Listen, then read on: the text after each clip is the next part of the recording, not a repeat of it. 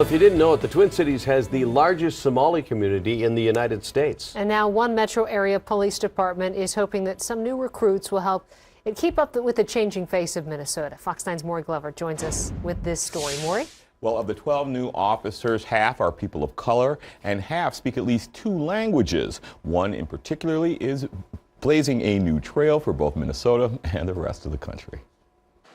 I'm excited. I'm definitely excited. Even before their official swearing in. With your arrival, we now have grown our diversity by over 4 times. The new class of Metro Transit police officers is already making a mark. We have Latino individuals, we have 2 Somali individuals, we have Asian, Hmong individuals in this class. Please raise your right hand and repeat after me. Kadra Mohammed is one of 12 new officers ready to hit the streets. And that I will faithfully discharge the duties of police officer.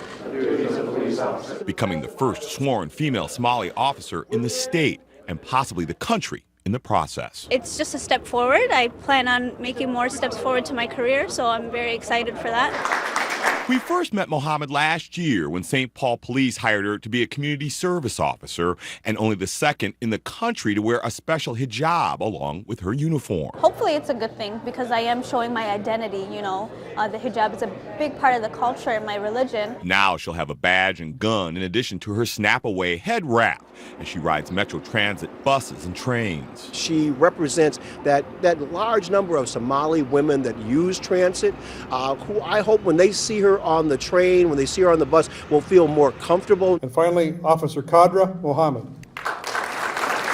Making this milestone even more meaningful, Mohammed got her badge from fellow trailblazer Wahid Sarak, the first Somali sergeant in the U.S., who's on a leave of absence to train national police back in Somalia. To have first Somali female police officer in the state of Minnesota, it's a historic day for the people of Minnesota and particularly for the Somali American community. But for Mohammed, breaking barriers is all in a day's work as she gets ready to walk a new beat. I'm ready to learn a lot. I want to get started with the job. In St. Paul, Maury Glover, Fox 9 News.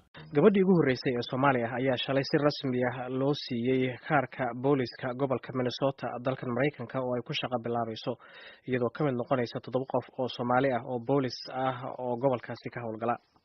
Qadar Maxamed oo 22 sano jir ah ayaa waxa bishii March ee sanadkan shaqaaleysiiyay qaybta booliska ee magaalada St. Paul ee gobolkaasi, laakiin haatan ayay si rasmi ah ugu biirtay qaybta booliska ee Metro Transit Police loo yaqaan oo ka howlgalaya magaalooyinka mataanaha ah ee St. Paul iyo Minneapolis oo ay ku nool yihiin Soomaalida ugu badan Mareykanka. Qadar ayaa loo ogolaaday inay shaqadeeda gudato iyadoo waliba xiran xijaab. waxaana arrintan ay ku soo beegmaysaa iyadoo dhawaan Ismahaan Ciise oo ah gabar Soomaaliyeed oo 29 sano jir ah oo ka soo baxday akademiyada booliska magaalada Columbus ee gobolka Ohio ay isaga hartay damaceedii ahaa inay boolis noqoto iyadoo u sababaysay in siyaasadaha booliska gobolka aanay ogolayn in xijaab ay gabar ku shaqeyso. waryaheena maxamuud mascade ayaa magaalada Minneapolis kula kulmay Qadra Maxamuud iyo Waxiid Axmed Siraaj oo isna darajada saajin ka gaaray booliska gobolka Minnesota, wuxuuna ugu horeyn Qadra weydiiyay sida ay ugu suurto gashay inay boolis ku biirto. aad aan dadaalay shaqo badan aan soo bixiyay inaan meeshan imaado so departmentkana way aad i caawiyaan xijaabka iyo waxaas ay caawiyaan igu suubiyaan so aad ugu faraxsanahay. dad fara badan waxay isweydiinayaan gabar marka ay boolis noqoto shaqadaas dabcan waa shaqo adag oo badan rag way qabtaan inkastoo gabdhaha Soomaaliyeed ay boolis ahayeen iga waran bal arinta hawshaada sida aad u arkayso. haddii runta oo sheego hawshu adeeg waaye ina ordid iyo nimanka marka uu dawo ordidiyo shaqada ragay qabanayaan ina samaysid so aadu it's tough you know shaqa adag waay laakiin haddii gabar dumar ay rabto inay aad u dadaasho way samayn kartaa sida nin camal ay ku samayn kartaa waa gartay marka dad fara badan waxay ka hadlaan xijaabka oo kale matalan waxay isweydiinayaan laga yaabaa gabdhuhu gabadha booliis markay noqoto xijaabkeeda ma xiranaysaa adigu bal iga waran xijaabka ma lagu ogol yahay xirato alxamdulillah in Minnesota way ogolaadeen in xijaab xiro steedada kale laakiin waa la diidaa hadda inaan caawiyo arabada Soomaalida oo dhan oo muslimiinka iska dhaaf oo dhan in xijaabkooda ay ku dadaalaan in ku shaqeeyaan because way ku ogolaan karaan adiga marka adiga ka dhaadhicisay iyo hadda qaybtan waxdan aad u shaqeysay booliiska in xijaabka la ogolaado mise markii horeba way ogolaayeen may ana ku dadaalay aada on la hadlay kuwa oo chiefafka iyo waxaas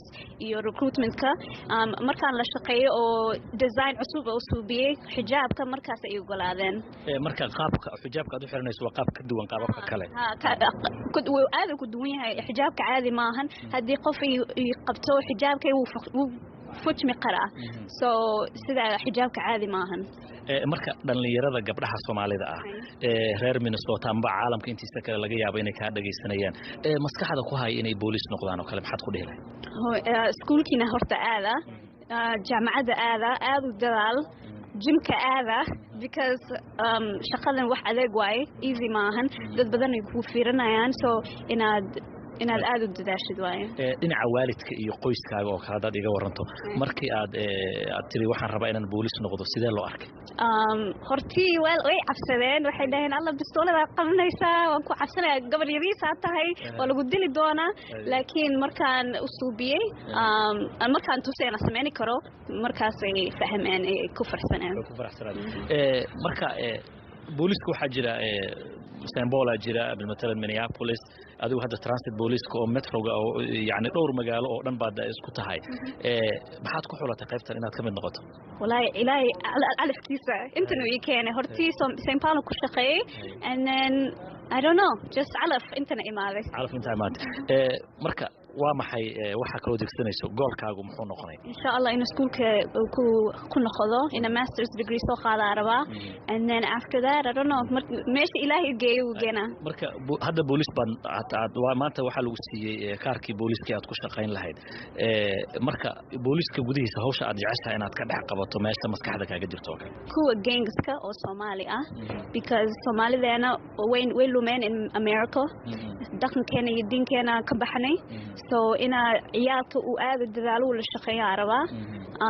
insha Allah hadii ogolaadaan meeshaas inay ku shaqeeyaa rabaa marka ka Soomaali ahaan in gabadhii ugu horeysay ee Soomaali ah waqooyiga Mareykanka ka noqota booliis ama dalka Mareykanka aan iraahdo sida waa arkaysaa arintaas ma ogi kama fikirin so Soomaaliyan ku hadlaa in dadkayga caawiyaa rabaa kulligooda hadii ku hadii caawiyaana that's good ina isla shaqeeyno waaye marka ma waxaad leedahay waxaad u noqonaysaa dadka qof ay gabdhaha kale ay higsadaan oo ay ku daysadaan oo kale saas baad u arkaysaa inaad noqon karto saas rabaa in dumarka oo dhan oo muslimiinta inay arkaan arabaa siday saana ku suubi karaan xitaa aad iyo aad baad u mahadsantahay hambalyan ku leenahay aad u mahadsantahay